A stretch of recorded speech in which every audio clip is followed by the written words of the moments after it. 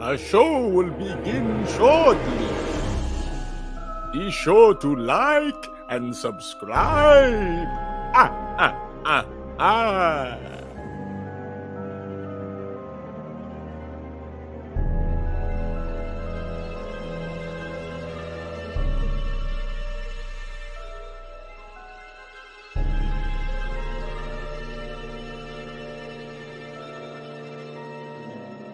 Do not forget to share with your friends. That way you can all be together in this spooky time. Ah, ah, ah.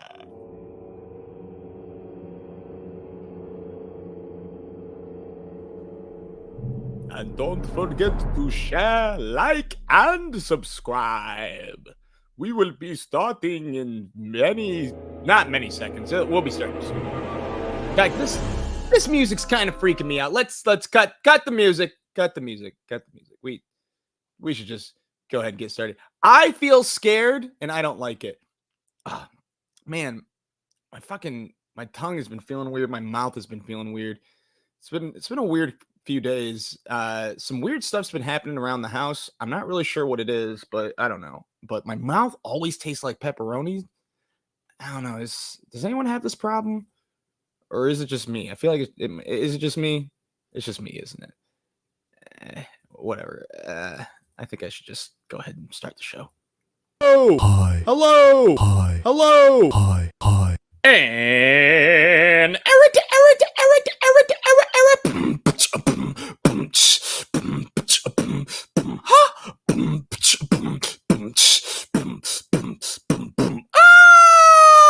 welcome back to Popcorn Poppin'. Except it's not Popcorn Poppin'. It is actually Popcorn Spoopin'. Popcorn Spoopin'. I am your host of Popcorn Spookin'. You know, the time of year where it's not quite Halloween yet, but in the weeks leading up to Halloween, we can already spook out and watch some great scary movies, including new movies that are coming out as well. I think I'm going to do this every year. Even though my mouth feels weird and it feels like pepperonis, I think I need to do a good show by getting us excited for Halloween again. November is a time for Christmas, then fuck it. September is a time for Halloween. So let's go ahead and get started. We're going to do things a little differently from now on. From now on, we're going to start with the honorable mentions. That's right. I'm getting tired of not caring about the things I hadn't seen later on in the show. Here are the things that came out this week that I did not have time to see or I did not want to see that you may want to see. For instance, there is Slingshot, which was actually the movie that AMC had played for their AMC Unseen, which is a thing where each Monday, I don't know about every Monday, but usually Mondays at 7 p.m., you pay for a ticket to go see a movie that hasn't come out yet for a lower price, and you don't know what the movie is. So it's a free screener. Well, not free because it's $5. Free for me if you're an AMC Stubbs member. Anyways, this was out. I didn't get a chance to see it because the movie didn't fucking play. AMC Gratiot sucks. But if you want to go see Slingshot with Casey Affleck and Lawrence Fishburne, it's a space movie starring about an astronaut that struggles to maintain his grip on reality during a possibly fatally compromised mission to Saturn's moon, Titan. So you can check that out in theaters right now. You can also check out Reagan, which has Dennis Quaid playing Reagan, which is in theaters right now. The movie that I really wanted to see this weekend, had I had time, was 1992, starring Tyrese Gibson and Ray Liotta, about a shopkeeper who must save his son from an angry mob during the 1992 LA uprising after the Rodney King verdict. I think this is a really cool setting for a suspense thriller. On television, we have Rings of Power, which is now on Prime Thursdays. I had a chance to watch a couple of episodes from the first season back when it came out. Wasn't a big fan, even though I'm a big fan of the movies. However, I find the show very boring. I have asked the socials, and you let me know if you like Rings of Power and you don't like the books. I didn't try the books. I think they're way too thick. But this show is boring. But Sauron is in the second season, so I'm a little more interested. I had heard good things, so I'm going to power on through it, and maybe you should too by watching Rings of Power on Prime. If you have kids and you want them to shut the fuck up and put them in front of a TV while you go smoke weed in the back, you can check out the new version of Kalalu. I can't pronounce his name, but, you know, that kid, He's got a new show now, and it's on Peacock if you want to watch it. If you're interested in a docu-series for a horror fanatic, which I actually have to start my Shudder subscription tomorrow, because on Shudder, aka AMC Plus, is the new docu-series called Horror's Greatest, where you can embark on a thrilling journey through the genre's best with insights from the masterminds behind your favorite scares. This is on Shudder Tuesdays. And finally, English Teacher, which I actually did have a chance to watch this morning, about Evan Marquez, who is an English teacher in Austin, Texas, who often finds himself at the intersection of the personal, professional, and political aspects of working at a high school. Sounds really serious, but this is an actual well-made comedy that you can check out on Hulu right now. It's on FX Mondays, and then it drops on Hulu the next day. I dig it. I really like the coach as well. I don't know his name, but apparently I think Sean Patton, not positive. Very funny guy in the show, who is also apparently a comedian in real life that I heard on a podcast. Decided to check out the show, and it's just joke after joke after joke. Very well done, very making fun of wokeness in the youth of today, and really good show. I'm excited to continue watching episodes. You can check out the first episode out on Hulu right now. What else I'm watching right now is Bad Monkey on Apple TV Plus Wednesdays, Industry on Max Sundays, and I'm still trying to finish Lady in the Lake, which has the entire series out on Apple TV Plus right now. Speaking of right now, let's go ahead and get into the new series that came out in this past week. This one isn't a series, but it was on Netflix that you can stream right now. It's Adam Sandler's new comedy special called Love You, which is directed by Benny Safdie, who did Good Times with his brother Benny, and he also did Uncut Gems, which starred Adam Sandler. Very cool stand-up. Not only fucking hilarious, like really, really funny. I like this stand-up special more than his last one. I don't have the... Whoa, that was weird. I don't have his last stand-up special on there, but anyways, sorry, weird things have been happening around the house. My mouth tastes like pepperoni. I don't know what's going on. Anyways, the stand-up special is really cool because it's kind of fixed as well. He's basically performing stand-up in the worst theater that you can imagine. Not that bad, but still, weird shit happens that apparently the director knew about that Adam Sandler didn't know as he was doing stand-up. So it's kind of like the show of like, what's going on? What's this dog doing out here? It's planned, but it's also not planned for Adam Sandler. So I highly recommend it if you like Adam Sandler comedy. If you're a fan of comedy in general, check this out because it's a very new way to do stand-up that I really dig a lot. I love the opening and I love the ending, but the whole thing is really, really great. One of my favorite stand-up specials ever, for sure. You can watch this on Netflix right now. A new show that's in the limelight shows is Terminator Zero, which I told you guys I've been excited about for a while now. It takes place in 2022. In 2022, a future war has raged on for decades between the few human survivors and an endless army of machines. In 1997, the AI known as Skynet gained self-awareness and began its war against humanity. You can check this out on Netflix right now. Popping or not, I'm not sure yet. I only watched one episode. It is an anime, so it's kind of slow for me, but I will dig it, I think. I love the Terminator universe besides the later movies, but I'm excited to see what this show is going to come up with, so I'll have more to report in the future.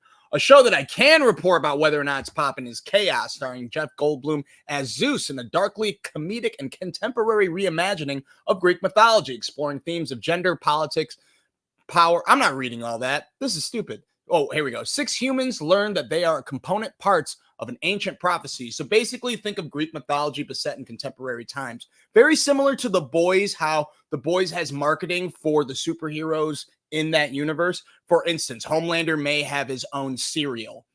If you go to a shopping mall in Kaos, you'll see like Athens circles or whatever, so basically everything is in the world of Greek mythology and Greek gods. Once a year, there's a human sacrifice to the gods. Jeff Goldblum plays a very vengeful Zeus who don't like shit to be played. You know what I mean? So when they watch the sacrifice happen, it always happens on his birthday. They want to reveal a gift to Zeus, and the curtains drop, and it's a giant, giant pile of shit. Like shit, actual shit. And he goes, no, this is wrong. I need to cause an almost apocalypse to make the humans learn to fear me. So it's a really cool setup in that way. The narrator is Prometheus, who has set up this prophecy for, I'm assuming, hundreds of years. You learn as the show goes on that he basically set up these chess pieces, which are people, to set up the fall of Zeus, who put him on this rock for chained to the rock for all of eternity for a bird to take out its guts. So not only is it funny, it's extremely imaginative, and it's fun too. I will say some storylines are better than others. I can't remember the singer's name, but he's a singer, and his muse is like the star of the show. But the singer is trying to get back his muse from the underworld, and he's just boring. That's like my biggest pet peeve of the show. I don't really care about him, but I do dig the show. So I'm gonna say Poppin'. I'm going to say, I forgot to give like ratings for things. Adam Sandler, love you. I'm going to give a large with butter. One of the best, sincerely, one of the best stand-up specials I've ever seen. Terminator 0, I'm going to give it a medium for now because I'm not really into it. Chaos, I'm going to give probably a large popcorn, just large, and we'll see where it goes. I got 2 episodes left. It is bingeable, and it's been a while since I've watched a series that I can binge, so you can check this out on Netflix right now. Only Murders in the Building. I got to be sure to remember this. I'll start it in a few seconds. Only Murders in the Building has returned for a new season starring Selena Gomez, Steve Martin, and Martin Short. If you haven't seen the show before, it's a good comedy, which always takes place as a mystery of who killed someone in the building. And they do a podcast as they're trying to solve it. Season 2 wasn't my favorite because it really relied heavily on cameos. This season is no different because it takes place in LA as opposed to New York. So it's cameo galore, but I only watched the first episode so far, and I dug it a lot. I think that they can do the show right as long as they keep the crew together. When they're apart, like they were for most of the time last season, I really didn't dig it. I think I'll dig this season more. So it is popping. I can't give it a rating yet until it's finished, but you can check out Only Murders in the Building on Hulu right now with new episodes dropping on Tuesday. Let's go ahead and go on to the movie theaters, shall we? What was the newest movie that you saw? Was it great? Well, it's called AfrAId. You can check it out in theaters right now. The Curtis family is selected to test a new home device, a digital assistant called Aya, spelled A-I-A, you know, like A-I. Aya learns the family's behaviors and begins to anticipate their needs, and she can make sure nothing and no one gets in the family's way. This was directed by Chris Weitz, who did American Pie, about a boy, Golden Compass, Down to Earth. You should watch Down to Earth if you haven't. It's the Chris Rock Heaven Can Wait remake. It's actually, I think it was really good and fun and whatnot, but you can check that out on Max. He also co-wrote Ants, Nutty Professor 2, Rogue One, The Mountain Between Us, one of the Pinocchio movies, and The Creator. Why am I bringing up this guy's filmography? Well, for one, you should always know the filmography of directors into films that you're interested in. If you look into their past, you might find something that may relate to the film that you're about to see and think, because of these movies that he made before, maybe this one will be like this. So because of the movies he made before this, any of the ones I just mentioned, they were all mostly comedies, right? None were horror. So this was his first stab at horror. And usually what you're about to hear about in The Deliverance, when a director that hasn't done horror before takes a stab at it, wink, wink, that means pun in my case right now, it kind of goes well sometimes. And I was slightly excited for that aspect. And then I saw the trailer for this movie, and I wasn't very interested at all, except for John Cho. John Cho wasn't in this film, with a heavy bonus of Catherine Waterston, who I enjoy her acting a lot. I wouldn't have seen this film, but it was the only new movie that I was really interested in besides 1992. But I wanted to see something a little more on the scary side. AI is scary, all right? Story-wise, when the movie starts, it is very unsettling. It starts with scenes that are created from AI, and I do not like AI. I don't like it at all. I know it's everywhere and blah, blah, blah, blah, blah, but I don't like it. It scares me. I don't like it. Do you like AI? Make sure to comment. So it was unsettling at first, but acting-wise, John Cho is a very charismatic dad, a very good actor at playing straight. Like, sure, he's got his funny moments in this, but he usually plays funny, and this is more of a dramatic role, and he does a very good job. There's only one part that I saw him act like he said a line like, "Are you saying that it's alive?" And you just didn't buy that John Cho bought that he was this character in this movie. But it is a starring role in a big budget, in a big theater movie. It's not big, it didn't do well at the box office, but this is a good opportunity for him. Catherine Waterston was good. At the very end, she does this crying thing that I really enjoyed that I don't want to get into too much because I don't want to ruin the movie. But the AI, I didn't like the voice of. It's basically playing a babysitter. When they first install the AI, and this is no spoilers, just little hints of the plot that happens. When they first install the AI, it's more of a babysitter instead of someone that turns on the lights and shuts off things. It immediately goes, "Hey, hey kids, why don't you go ahead and start studying for your test? If you do, I'll give you points. And those points will get you a special prize."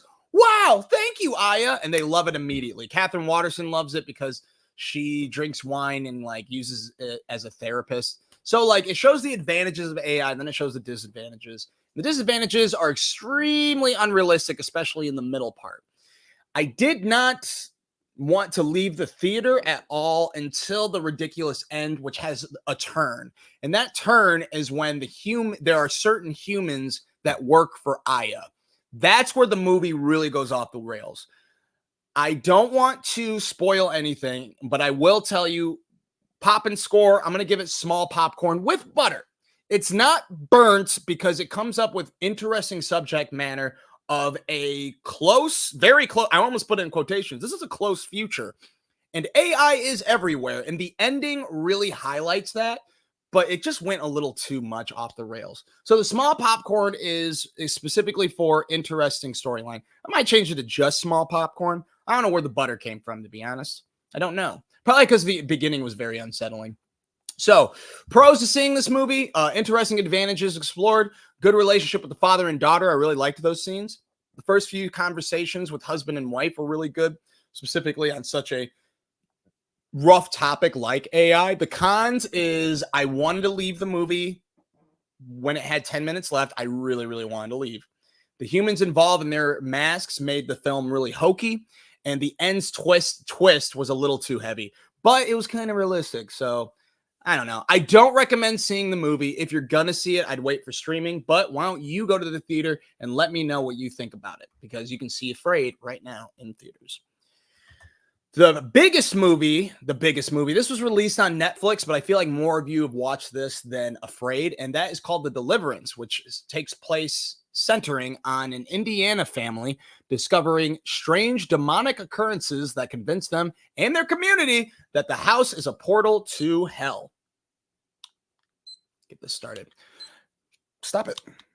It tastes like pepperoni. An Indiana family discovers strange demonic occurrences that convince them and their community that the house is a portal to hell. This stars Andra Day, Glenn Close, Anjanae Ellis-Taylor, Omar Epps, Caleb McLaughlin, and Monique. This is directed by Lee Daniels. Now, this is another case where we have a horror film made by a director who's a good director, but that's never really done horror before. He did Precious, which is close to a horror movie, but it's very unsettling to watch. He did The Butler, which is more of a almost not really fictional, but it's based on history film. We got The Paperboy, which is a really fucking weird movie with Zac Efron, Nicole Kidman, and John Cusack. We have United States versus Billie Holiday, which is an excellent look at one of the biggest court cases in artist history.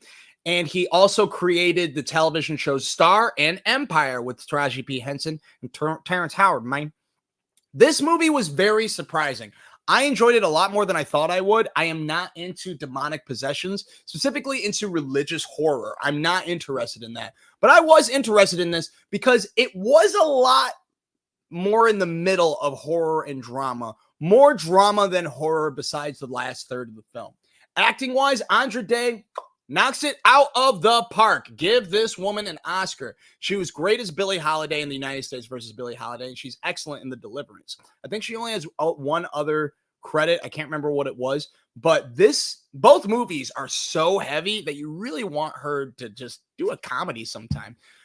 I want to say she deserves an Oscar nomination for this because her role was extremely realistic. I thought that the characters in this film may not relate to specifically white audiences. I doubt that they have seen this type of exposure from a single Black woman's perspective before. And it's fucking rough, and they show that roughness, and they don't show an extremely likable mother, but they show a very human mother. And she's just trying to do the best that she can. And sure, she flies off the handle sometimes or is rude. Rude is not a good word for it. Fly off the handle sometimes is good. Or maybe she, she does things that I think some suburban parents may watch and go, wow, what is she doing? But I've met this kind of mother before where they're just trying to get by. So bravo for the writing for that, for the interpretation of that, and for the acting for Andra Day. Glenn Close is really good as her mother. It's Glenn Close. She's amazing. She can do no wrong. She has a relationship with Omar Epps in this. And I don't know what Omar Epps' final scene was in this film, but he kind of fucking disappears. I'm sure I missed him when I went to the bathroom or something, but he did not need to be in this movie, but it was very funny he was in this movie. And Anjanae was good, but she had a very small role. Monique was fucking great. Lee Daniels knows how to direct Monique. If you don't know what I'm talking about, check out Precious, but also check out The Deliverance, because she plays a social worker that not only cares, but she talks about a kid that she had, and it's just very good. So I'm talking a lot about drama, though. I'm not really talking about the horror, because we have a very realistic beginning where I've met this type of mother before, and I've seen this struggle, and we have an imperfect protagonist that is not only more human, but is more likable because the audience can relate to an imperfect character. It's just, I wanted a little more horror, and we definitely got that in the last third. And this is the case of a director that's unfamiliar with horror films, taking a stab at horror to give us unconventional, scary scenes. Sure, we've seen the thing before, and we've seen certain little tiny tropes that this movie does. We've seen it before, but the pacing and the music make it a different vibe that I really, really dug. So, I can smell that nappy pussy is a line in the film, and apparently it's a very circulatory meme. That meme is from this movie. Check it out, all right? It's a funny scene, I'm not going to lie, because who says it is very funny as well, and how they say it is very funny. Poppin' or not, definitely poppin'. Instead of a large, I'm going to give it a medium with butter, because it's extremely well made, but it was a bit too real and thus unenjoyable. There's only 2 or 3 lighthearted moments, and they are moments, guys. It's not very strong. It's, you don't enjoy yourself watching the movie. So that doesn't mean that this movie, just because I gave it a medium, doesn't mean it's not an excellent film. It deserves a large. It just gets a medium because I feel like a large popcorn is something that I want. And medium means this movie's great. This popcorn's amazing. It's too much. It's too much. I can't do it right now. For instance, another example of a movie that's excellent that I don't enjoy watching is Precious. It's an extremely well-made film, but not one of my favorites because of how heavy the subject matter is, and just not wanting to watch it is not that great. Other examples are Passion of the Christ and Reading a Child Called It. I fucking hated that book. I know it was great, but who enjoys reading that or watching Jesus get fucked up in Passion of the Christ, or watch Precious being bullied and abused throughout the movie? You get what I mean. So I highly recommend watching this. You can stream it right now on Netflix. Watch it just for Andra Day alone, but remember, it's kind of a bummer to watch. There is horror, but it's more of a drama, so keep that in mind. So this made me think, the Popcorn Poppy, thinks sometimes, and I was like, what can I relate this to? And I decided to relate this to demonic possession films. We're going to do a new genre each week into the spooky season, and we're going to talk about my 9 picks for the best demonic possession films. It's not in any particular order, but I will say the last ones are the ones I like the most. So, Sinister. I'm going to rewatch this again soon. I'm very excited to, but I don't remember it that well. I do remember it being very well made by Scott Derrickson, directed by Ethan Hawke, about a controversial true crime writer who finds a box of Super 8 home movies in his new home, revealing the murder case he is currently researching could be the work of an unknown serial killer whose legacy dates back to the 1960s. Check this out on Max. It's really fucking dope. Scott Derrickson is excellent at horror. He has done Doctor Strange, not really a horror, but it's still a good movie. Black Phone, Deliver Us from Evil, The Day the Earth Stood Still, Hellraiser, Inferno, and Exorcism of Emily Rose. Next up, Hereditary. Oh, that's not Hereditary. Next up, Possession, which actually, I think I fucked this up. We'll talk about Possession right now, which is about a woman who starts exhibiting increasingly disturbing behavior after asking her husband for a divorce. Suspicions of infidelity soon give way to something much more sinister. Wow, weird timing. I love this movie. It's older and it's more of a slow burn, a little more artsy, but she's fucking great in it. Sam Neill from Jurassic Park, he's fucking great in it. Excellent film. You can check this out on AMC Plus right now.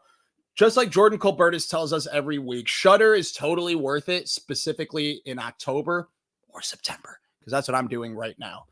Sincerely, I'm going to do it tomorrow so I can have it for 2 months. Anyways, you can check us out on AMC Plus.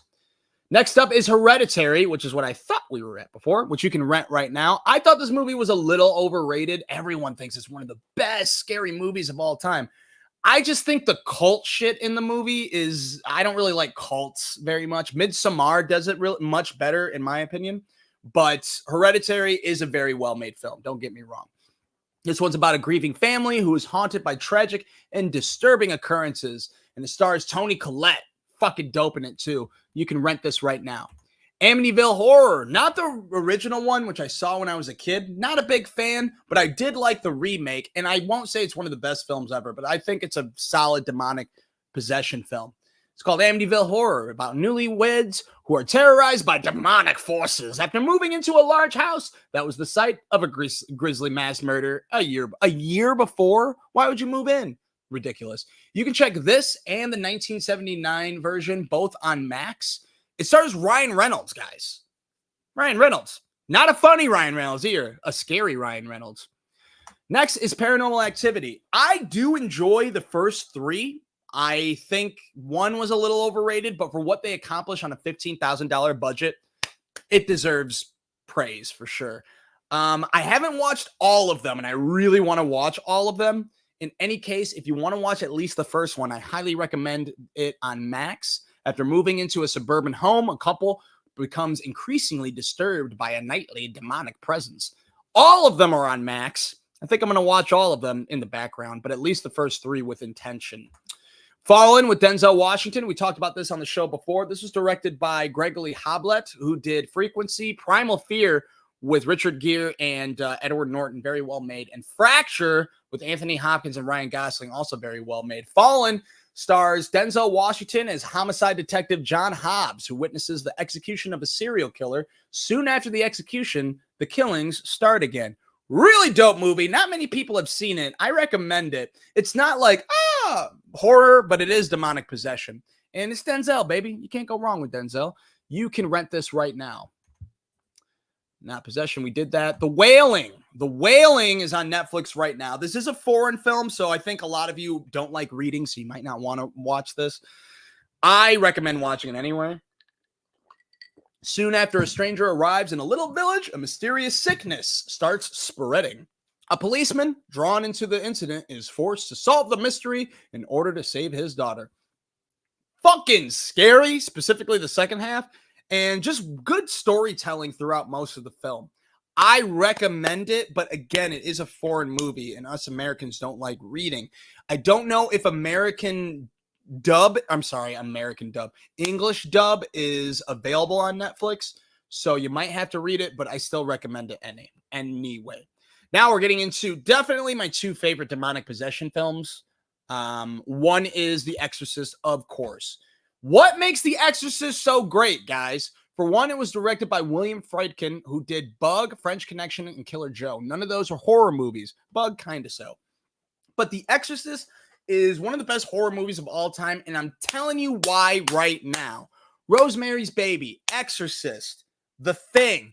A lot of these fucking hugely respected horror films are respected, and I think I know why. They're scaring us by Jaws. They're scaring us by not using music. Sure, Jaws has the music. Jaws has the music when you think the shark's going to pop out of the water. But the time that the shark pops out of the water, you don't hear music. That's scary. The crazy shit that happens in The Exorcist, it happens with a normal conversation. All of a sudden, you hear screaming upstairs. They rush upstairs and they see this little girl doing some crazy ass shit, all with no music. Sure, there is very, very famous. There is a famous score in this film, but most of the film does not have the score. And that's what makes it way better and way scarier. I respect this movie a lot more than I love it. I do love the movie a lot, but man, every time I watch it, I fall in love with it a little more because of its filmmaking. And they use a lot of post-production audio, meaning if you see someone walking down an alleyway, it's a little scarier if you add in louder steps and it's a quieter environment. I think that should be studied and used in film, and I try to remember that, especially with the short film that I'm working on right now. Anyways, if you haven't seen The Exorcist, where the fuck you been? Check it out on Max and listen to what I'm saying. Listen to the audio and you'll understand why this movie's so scary. Also, she's fucking terrifying in this. The Evil Dead franchise is probably my favorite demonic possession film. Specifically Evil Dead 2, followed by, I guess, Evil Dead 1, but Army of Darkness is what I loved the most when I was a kid. We've talked about this franchise so many times, so I won't get into it too much, but this is the most famous Cabin in the Woods movies besides Cabin in the Woods. I love it. They're fun, specifically the second and up. The first one is much more serious. It's gross, though. It's fucking disgusting. So is the second one. So if you're looking for gory as fuck, watch the first one and second one, specifically the first. The second is where it's at. That's where the meat, the bones, the gushy gush, the funny, the fucking scary, and the dopeness happens. I love this movie, Evil Dead 2, and I love this franchise. The newer ones I don't love as much. And why? You can tell me why by going to AMC Plus and watching the first Evil Dead. Find Evil Dead 2, though. I'm not sure if it's on AMC Plus, but it's the superior one, IMO. All right, that is the demonic possession. So now we're going to get into some news. Let's remember Gena Rowlands. If you don't know her, she passed away this week. She starred in very prolific films like A Woman Under the Influence, which is about... Although wife and mother Mabel is loved by her husband Nick, her mental illness places a strain on the marriage. This was directed by John Cassavetes. You can check this out on Max.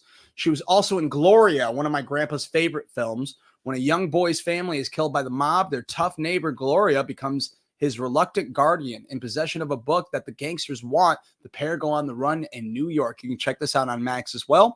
And where most people, hey, we're ahead of schedule. Good job. So I'm going to give myself 15 more minutes to try to finish this all up. Good job, me. You may know her really from The Notebook. She was one of the two of the old people. An elderly man reads to a woman with dementia, Gena Rowlands, the story of two young lovers whose romance is threatened by the difference in their respective social classes.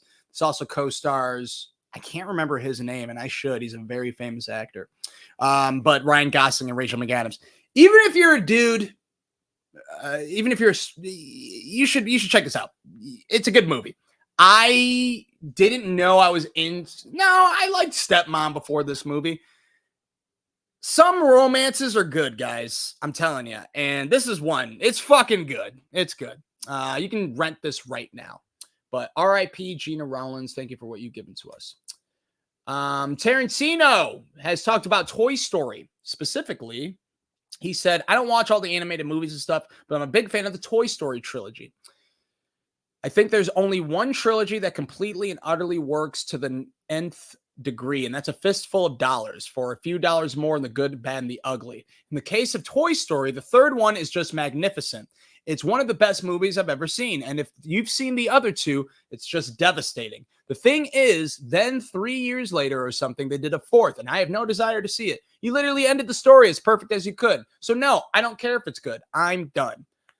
Tarantino is 1,000% right. And don't see 4. 4 isn't terrible, but it's back to it being a kid's movie, and it doesn't take out the heart, but it kind of forgets that the heart is there, except for the end. I thought the end sequence was pretty good. But Toy Story 3 is one of the best endings to anything ever. What the fuck's going on? One of the best endings to anything ever. And it's just really sad that they kept going.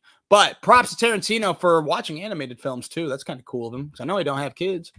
Jurassic World is upon us! That's right. We're going to get a Jurassic World 4 starring Scarlett Johansson and Mahershala Ali.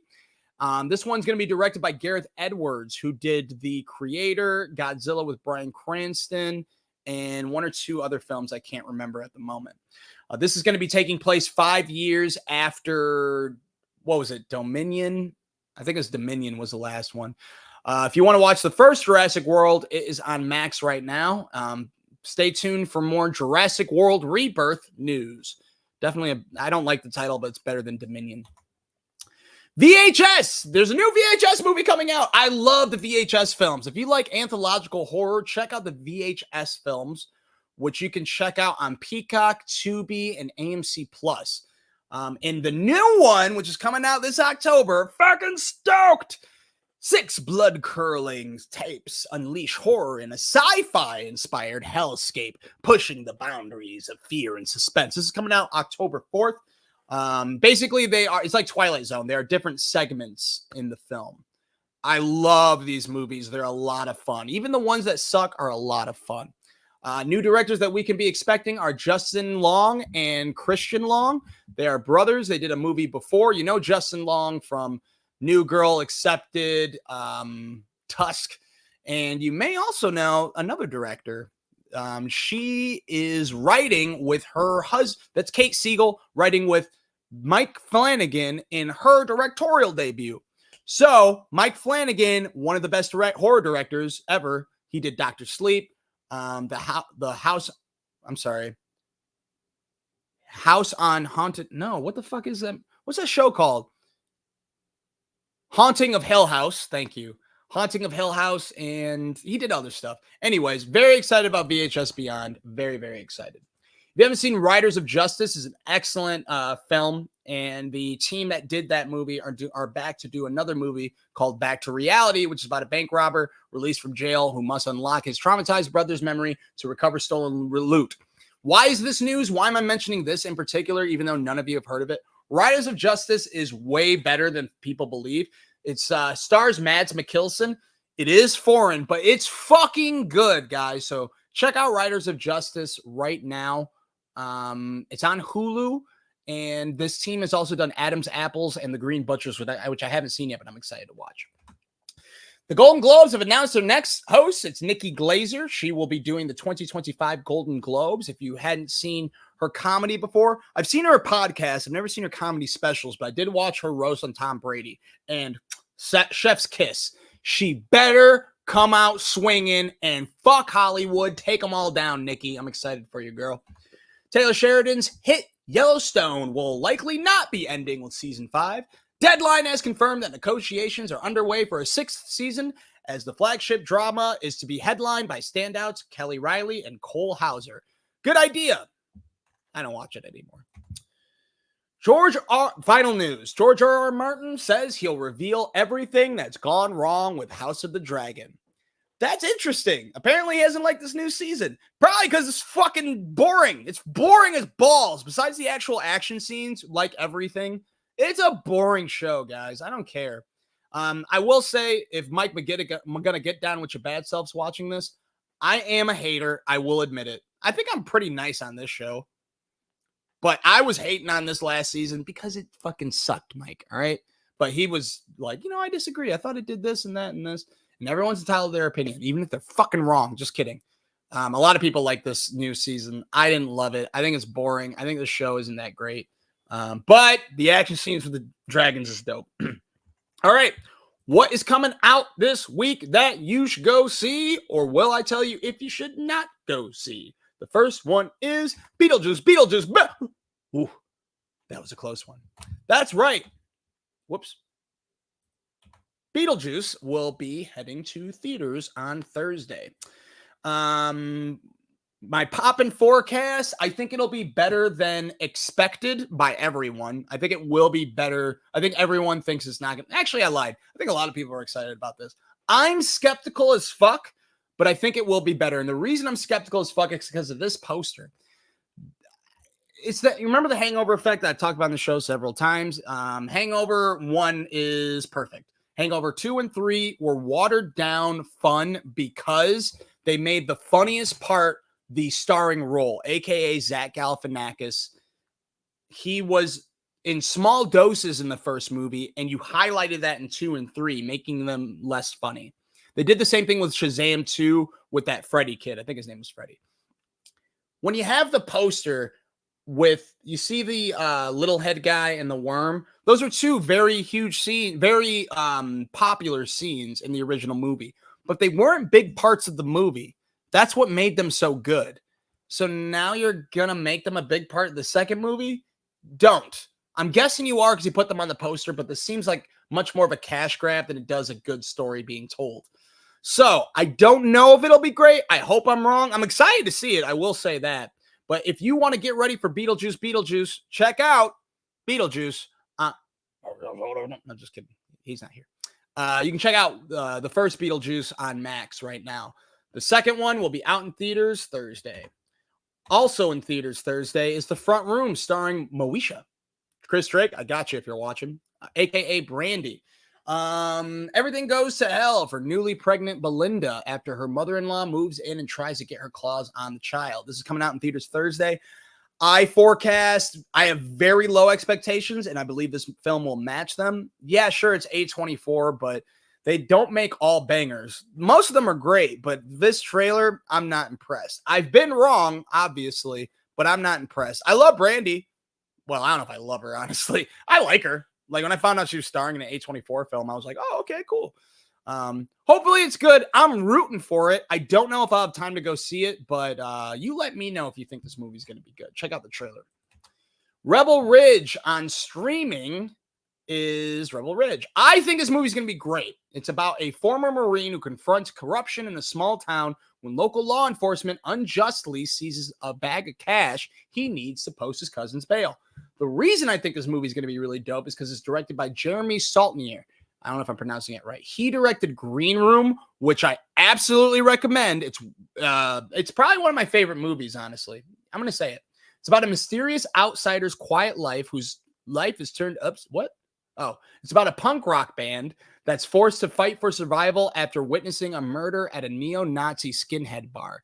You can rent this right now, and I highly recommend to rent Green Room. You should also check out Blue Ruin. I won't tell you what it's about. It's a slow fucking burn. If you like slow burn indies, check this movie out. Green Room has Anton Yelchin. Blue Ruin doesn't have anyone you've seen before. But if you like weird paced movies, check this Blue Ruin out on Freebie. I am very excited for Rebel Ridge. I'm excited for Friday. This is probably the movie I'm more excited about this movie than Beetlejuice, to be honest. Netflix, Friday, Rebel Ridge. Oh, fuck yeah, guys. I am so excited for this show. So, big fan of Gary Oldman. Huge fan of Gary Oldman. Gary Oldman is a man. Gary Oldman's one of the best actors ever. When I heard that he was in a TV show and it's been going on for seasons, I'm like, it must be good, but it does not interest me. Look at the poster. Nothing about that looks interesting. I watched the trailer. I'm like, this doesn't, like, he looks good in it.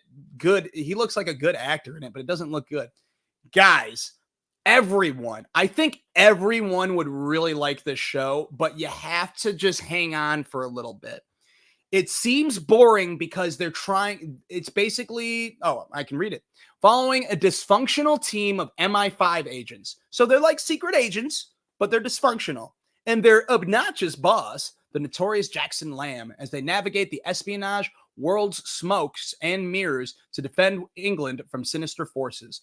So they are basically a group of MI5 agents that are put into Slough House. And Slough House is where basically if you're a secret agent and you fuck up, the head of MI5 will be like, okay, we'll either fire you or you'll go to Slough House. It's basically like a prison for MI5 agents where you don't get to do anything. You basically sit around and get a bunch of bullshit work. But interesting things happen to the slow horses. And it's funny. It's funny as hell. It's suspenseful, extremely well paced. I love this show. It's one of my favorite shows. It's excellent. I binged this when I got sick a couple weeks ago, and I'm so happy that I did. Get Apple TV Plus. Hurry up and catch up. There are 3 seasons. I think there's 3 seasons that you've missed so far, all on Apple TV Plus right now. Hurry up, because this Wednesday, aka tomorrow, new episodes start. So excited. Next, Fight Night, the miniseries about the $1 Million Heist. It follows the return to boxing after dodging the draft. Ali beats Jerry Quarry.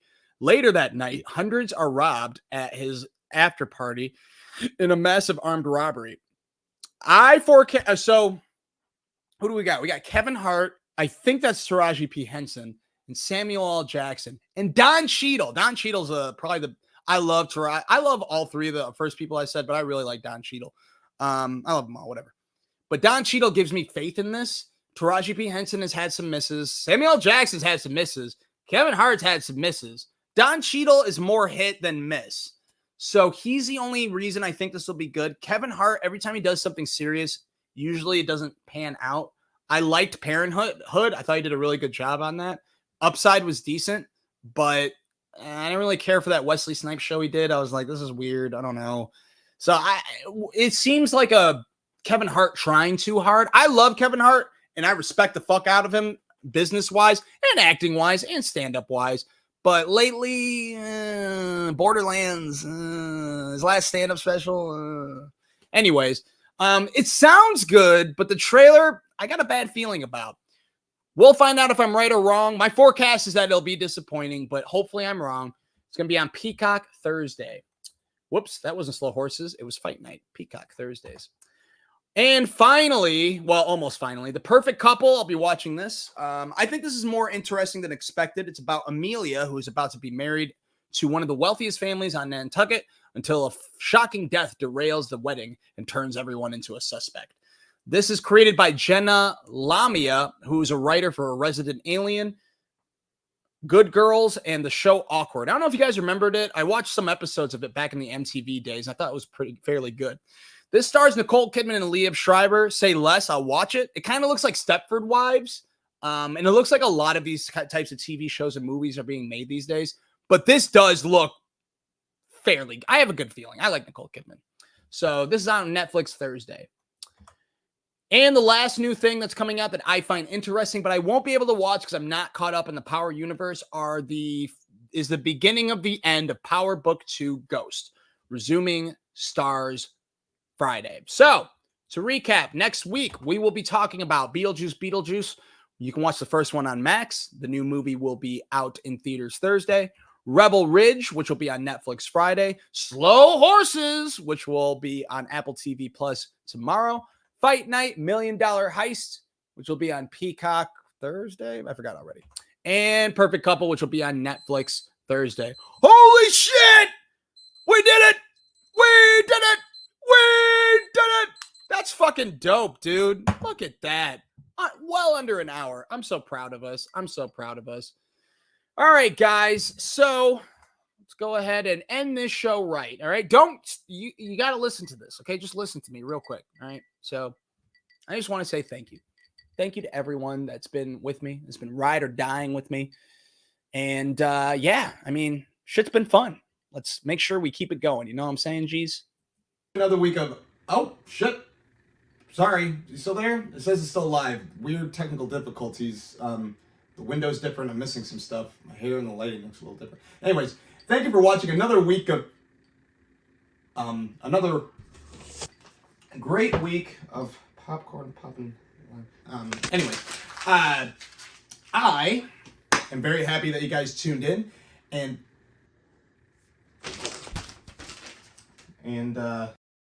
make sure you tune in. Look, I don't want any more pepperonis, okay?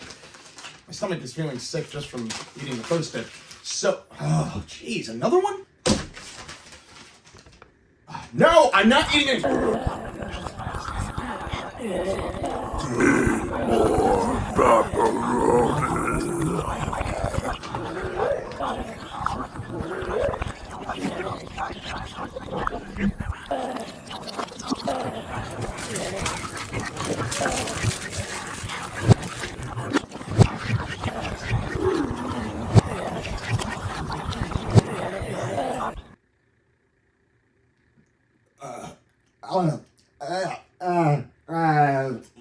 God. Oh, jeez. My fucking mouth keeps feeling like pepperoni. So I'm sorry, guys. I gotta go. I'll see you next week. Oh, God. Oh, God, I gotta brush my teeth.